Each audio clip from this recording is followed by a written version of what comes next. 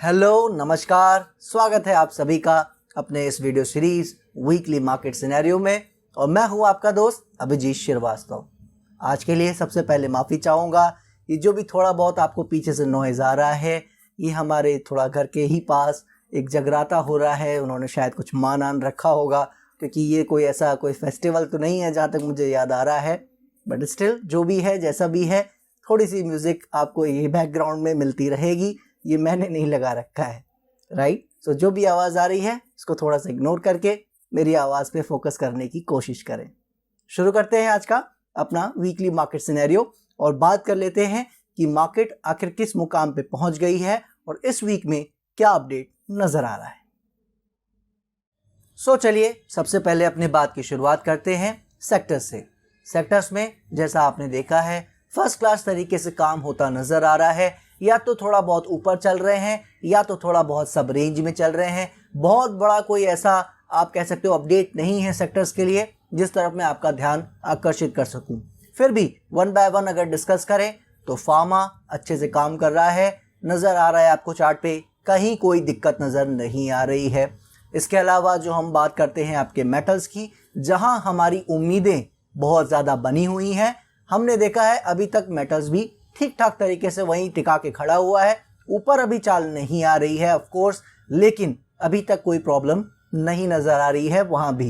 इसके अलावा हम देखते हैं अपने एनर्जी सेक्टर को, तो वो ज़बरदस्त तरीके से पहले ही काम कर चुका है और हम उसके बारे में इस करेक्शन के शुरुआत होने से पहले से आपको बताते आ रहे हैं कि एक रेजिस्टेंस के आसपास ये आ गया है।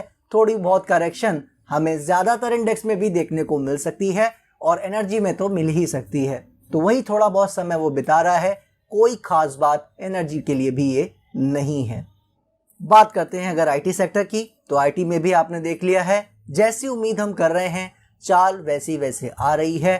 तो इंडेक्स जब तक ओवरऑल ठीक है, स्टॉक्स में चाल ऐसे ही आती रहती नज़र आ सकती है, इसी बात की पूरी उम्मीद है। ऐसे ही ऑटो है, ऑटो तो रुक ही नहीं रहा है, हाइज पे हाइज बनाता चला जा रहा है, तो उसके साथ साथ भी चलते रहना है, उसमें भी कोई खास ऐसी बात करने को नहीं है। इसके अलावा जो हम देखते हैं अपना एफएमसीजी जैसा मैंने आपको बताया था कि वो थोड़ा सा परेशानी क्रिएट करने की कोशिश कर रहा है, लेकिन जब तक लेवल डिसाइसिवली ब्रेक ना हो तब तक परेशान नहीं होना है। और हमने देख लिया है वो अभी तक उन लेवल्स को होल्ड कर रहा है, वहीं पे थोड़ा बहुत रेंज बना रहा है, थोड़ा टिकने की कोशिश कर रहा है। कल को कोई प्रॉब्लम करेगा, याद रखिएगा, हम बिल्कुल मान लेंगे, लेकिन जब तक इन एरियाज को डिसाइसिवली ना काट जाए अच्छे से, तब तक अभी घबराने की बात नहीं है। इसके अलावा जो हम बात करते आ रहे हैं अपने पीएसयू बैंक के बारे में, देख ही लिया है आपने किस तरह की चाल स्टॉक्स में हमें मिली है। और अब इतनी चाल जब आ चुकी है तो जैसा हमने कहा था, करेक्शन थोड़ी थोड़ी सब जगह आ सकती है, वही थोड़ी थोड़ी करेक्शन सब जगह देखने को हमें मिल रही है। पीएसयू बैंक में वो भी नहीं हो रही है, थोड़ा बहुत वही अपना एक टिका के कह सकते हो आप, एक जगह पे खड़ा करके ऊपर ही समय बिता रहा है, तो उससे भी कोई खास दिक्कत नज़र नहीं आ रही है। रियल्टी सेक्टर जिसने इतना बड़ा चाल, मुझे कहना चाहिए सबसे बड़ा चाल जिसमें हम एक्सपेक्ट कर रहे थे, उसमें इतनी बड़ी चाल मिलने के बावजूद आपने देखा है अभी भी हाइज पे हाइज बनाते जा रहा है, कोई रुकने का नाम नहीं ले रहा है। तो बस किसी तरह की प्रॉब्लम हमें चार्ट्स ना दिखाने लगे तब तक चुपचाप बिना दिमाग लगाए चलते रहना है। उनमें जब तक कोई अदरवाइज हमें ऐसा बिहेवियर नज़र ना आए, कोई दिमाग लगाने की ज़रूरत नहीं है। बात कर लेते हैं अब अपने ग्लोबल मार्केट के बारे में। ग्लोबल मार्केट में अगर हम ध्यान देने की कोशिश करें तो देखिए आप डाउ जोन्स किस तरीके से चल रहा है। जैसा हम बात करते आ रहे हैं कि चाल अच्छी आ चुकी है, थोड़ी सी करेक्शन अगर वो करना चाहेगा कभी भी कर सकता है, इवन डीपर करेक्शन भी कर सकता है, इतना राइट उसके पास है। लेकिन जैसा हमने बात की थी कि बहुत समय के बाद एक अच्छा ब्रेकआउट हुआ है, इसलिए छोटी मोटी करेक्शन ही हमें देखने को मिल सकती है, ज़्यादा डीपर करेक्शन की हम उम्मीद कर नहीं रहे हैं, राइट। लेकिन हम देख रहे हैं कि अभी तक कोई भी तरह की करेक्शन नहीं आ रही है, स्मॉल और बिगर तो बात की बात है, राइट। तो बहुत अच्छे तरीके से काम कर रहा है, चलते रहना है साथ साथ। इसके अलावा जो हमारे अमेरिका के अलग इंडेक्सेस हैं, नैस्डैक, वो भी बढ़िया तरीके से काम कर रहा है। रसेल भी अभी तक रेंज में ही टिका है, लेकिन नीचे जाने की कोशिश नहीं कर रहा है, जो कि अच्छा साइन है। हमें देखना बस यही है कि रेंज में नीचे की ओर जाने की कोशिश वो ना करे। और बात करें अगर बाकी इंडेक्सेस की, बाकी कंट्रीज की, तो हम देख पा रहे हैं कि कैग, डैक्स, एफटीएससी सब ठीक तरीके से काम कर रहे हैं। इनफैक्ट कैग और डैक्स तो इस तरह से चल रहे हैं, पूछिए नहीं, जबरदस्त हाई पे हाई बनाए चले जा रहे हैं। बाकी इंडेक्सेस जो हम देखते हैं, जो हमारे फेवरेट हैं, जैसे कि जापान, वो भी नहीं रुक रहा है, चलता चला जा रहा है। और बोवेस्पा यानी जो ब्राजीलियन इंडेक्स है, उसके बारे में हम बात पहले ही करते आ रहे हैं, वो अभी थोड़ा बहुत करेक्शन कर रहा है, उससे कोई खास परेशानी की बात नहीं है। ऐसी करेक्शन चाहे डाउ जोन्स हो, चाहे जापान हो, चाहे नैस्डैक हो, सब जगह ऐसी करेक्शन हो सकती है जो ब्राजीलियन इंडेक्स में आ रही है, राइट। लेकिन और कहीं नहीं आ रही है, सिर्फ और सिर्फ बोवेस्पा में आ रही है। तो बस आ रही है तो कोई खास परेशानी की बात नहीं है। उम्मीद यही है आगे भी वो अच्छा करता रह सकता है। इसके अलावा जो हम बात करते हैं, अपना जो सबसे मेन इंडेक्स है जिस पे हमें ध्यान रखना है, वो है डॉलर इंडेक्स, जो ग्लोबल मार्केट में सबसे ज़्यादा मुझे कहना चाहिए इंपॉर्टेंस रखता है। 104, 105 के ऊपर एरिया जो है उसको ब्रेक तो नहीं कर सका है, लेकिन क्या कर रहा है, नीचे भी आया तो भी ऊपर ही वापस बंद हुआ। ये वीक भी 103 और 4 के बीच में टिका के अभी तक खड़ा हुआ है। तो समय बिता रहा है, वो मसला नहीं है। प्रॉब्लम क्या है, नीचे आ जाना चाहिए इसको, इसलिए इस पे ध्यान रखना है। अगर ये जल्दी ही हमें नीचे आता नज़र नहीं आता है तो ये प्रॉब्लम क्रिएट कर सकता है। अब उसका क्या प्रॉब्लम निकलेगा, उसका क्या इम्पैक्ट आएगा हमारी मार्केट पे या नहीं आएगा, वो हम देखेंगे। लेकिन ध्यान रखना है ये जल्दी ही 102, 101 इनके नीचे खिसकता चले जाना चाहिए। इसके अलावा आपको पता ही है, चाहे बॉन्ड यील्ड हो, चाहे क्रूड ऑयल हो, उसमें हम जो बाउंस की एक्सपेक्टेशन रख रहे थे वो आई है। थोड़ा बहुत वही ऊपर समय बिता रहे हैं, नॉर्मल केस है, कोई प्रॉब्लम अभी तक उनमें नहीं है, वो कोई प्रॉब्लम क्रिएट कर भी नहीं रहे हैं। तो कुल मिला के अगर हम ग्लोबल मार्केट को देखें तो अभी तक कोई प्रॉब्लम नहीं है। स्टॉक मार्केट के इंडेक्सेस बहुत ही ज़्यादा पॉजिटिवनेस शो कर रहे हैं, यानी आउट परफॉर्म कर रहे हैं हमारी मार्केट को। अगर उस तरह से देखा जाए, सब तरफ चाल आ रही है ऊपर की साइड, बस वहाँ के स्मॉल कैप में और हमारे यहाँ की मार्केट में चाल नहीं आ रही है। बस बाकी सब जगह ज़बरदस्त चाल हमें देखने को मोटा मोटी मिल रही है, ब्राज़ील जैसे एक दो इंडेक्स को अगर छोड़ दें तो।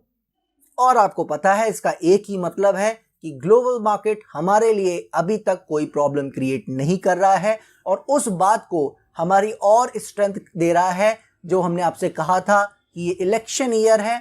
इलेक्शन ईयर में वोलेटिलिटी हो सकती है, लेकिन हर जो इंडेक्स है आप कह सकते हो वो अपने अपने तरीके से काम करेगा। बहुत ज़्यादा हमें उससे घबराना नहीं है, अनटिल अनलेस कोई वन साइडेड मूव चाहे ग्लोबल स्टॉक मार्केट के इंडेक्सेस में या डॉलर इंडेक्स में हमें देखने को मिले। तो जब तक वो नहीं हो रहा है, कोई बहुत बड़ी चाल सिंगल साइड नहीं आ रही है, तब तक कोई प्रॉब्लम नहीं है, राइट। इसके अलावा अगर हम बात करें, अब अपने मार्केट में वापस आ जाएं और अपने मेजर इंडेक्सेस की ओर ध्यान दें, जिस पे हम आपको ध्यान देने की बात करते आ रहे हैं। उसमें पहला नाम आता है जूनियर निफ्टी का। वो आपने देख ही लिया है, फर्स्ट क्लास तरीके से काम कर रहा है, कहीं कोई प्रॉब्लम अभी तक उसने शो नहीं की है, अच्छे से चल रहा है, चलते रहना है, इससे अच्छी तो कोई बात ही नहीं, राइट। इसके अलावा जो हम देखते हैं अपने स्मॉल कैप इंडेक्स को, वो एक थोड़ा सा अपडेट उसमें है जो आपको थोड़ा आज मैं बताना चाहूँगा। क्या है अपडेट? जैसा आपने देखा है कि हमारी मार्केट में थोड़ी बहुत आप कह सकते हो प्रेशर हर तरफ दिख रही है।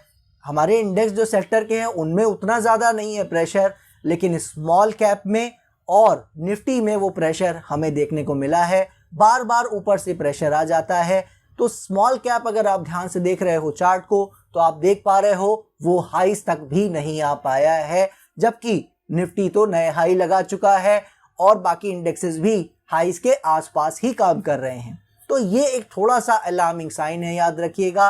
अभी मैं इसमें कोई मीनिंग निकालने की कोशिश नहीं कर रहा हूँ। इंडेक्स थोड़े बहुत ऊपर नीचे चल सकते हैं, लेकिन आपको एक चीज़ मैं ज़रूर याद दिलाना चाहूँगा, जिस लेवल के बारे में हमने आपसे बात की थी। याद होगा मैंने आपको इस एक लेवल दिया था स्मॉल कैप में 14,900 का एरिया, जो अभी भी आपको चार्ट पे दिख रहा होगा। उस एरिया के नीचे हमने कहा था इसे नहीं चलना चाहिए, और आपने देखा था कि वो 900 के आसपास ही लकीली लो लगा गया था और वहाँ से फिर एक चाल आ गई थी। यानी सपोर्ट तो हमने पहले दिया था, लो बाद में लग गया था। तो हमने आपसे ये बताया था कि ये अब मार्केट ने प्रूव कर दिया है कि ये लेवल अब इम्पॉर्टेंट हो चुका है। तो आज मैं आपको बस और एक बात यही याद दिलाना चाह रहा हूं कि ये लेवल अब बहुत ज़्यादा इंपॉर्टेंट हो गया है, यानी इसके नीचे 7-8 आवर्स की सस्टेनेबिलिटी और कैरेक्टर भी अगर हमें नज़र आ जाता है तो स्मॉल कैप ज़्यादा बड़ी प्रॉब्लम में जा सकता है, ये याद रखिएगा।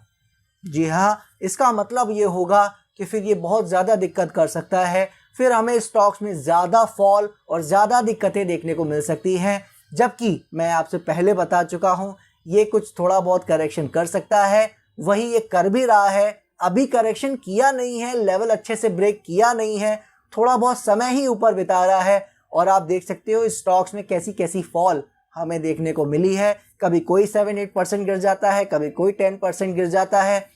उसका बहाना सब बता रहे हैं कि रिजल्ट्स है, इस वजह से ऐसा हो रहा है। लेकिन अगर आप हमारे चैनल पे हमारे व्यूज़ को सुनते आ रहे हो तो आपको एक बात पता है, यहाँ पे रिजल्ट का कोई इम्पैक्ट नहीं पड़ता है। जिस तरफ स्मार्ट मनी को चाल लानी होती है वो उस तरफ ले आता है। अगर कोई इस बात से डिसएग्री करता है तो मैं उसको कोई दोष नहीं देता हूँ, लेकिन अगर उनको रियली में ये बात समझनी है कि हम क्यों ऐसा मानते हैं, एक बार जाके सभी रिजल्ट्स की एनालिसिस करें। जिसके रिजल्ट स्टॉक के अच्छे आए, क्या वाकई उसमें ऊपर की ओर बढ़ा है स्टॉक?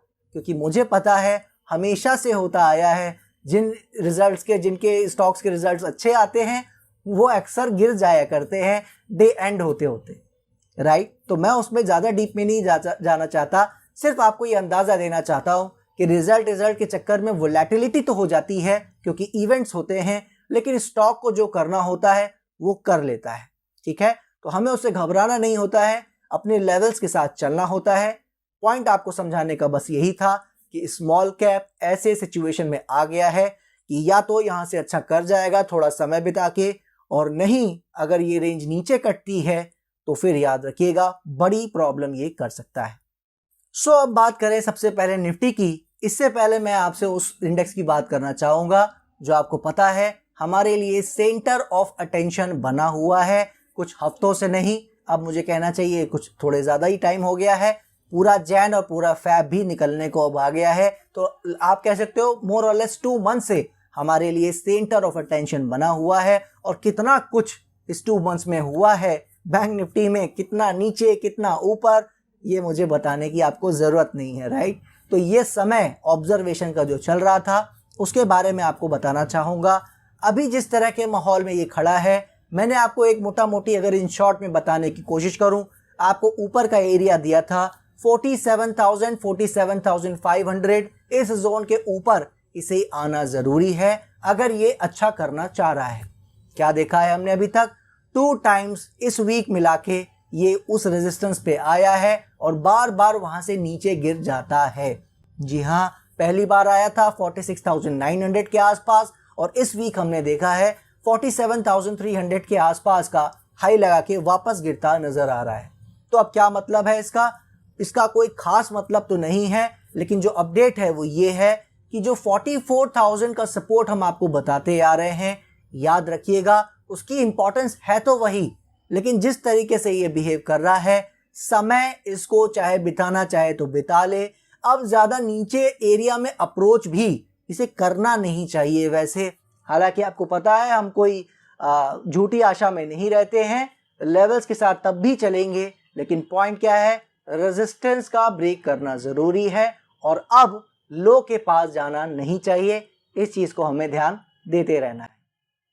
बात कर लेते हैं अब अपने निफ्टी के बारे में, इंडेक्स के बारे में। जैसा हम आपसे बताते आ रहे हैं कि नीचे 21,200 के आसपास और ऊपर 22,100-200 के आसपास एक रेजिस्टेंस जोन है, और ये तब से है, आपको याद होगा जब से एक बार भी हाई लगा नहीं था। हम बहुत पहले से बात करते आ रहे हैं, राइट। अब हमें पता लग गया है ऑलरेडी कि वो रेजिस्टेंस है, पूरी दुनिया को पता लग गया है, सारे एनालिस्ट और टीवी चैनल सब बात कर रहे हैं, तो अब कोई ऐसे छुपा राज नहीं है, राइट।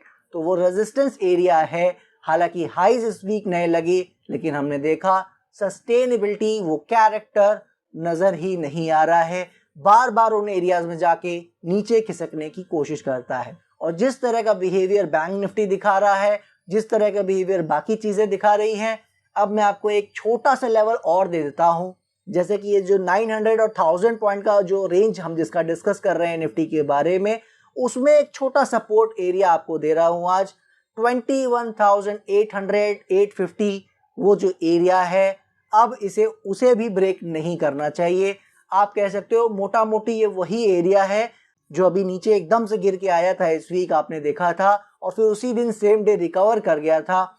उसी लो के आसपास का ये एरिया है 21,800 850।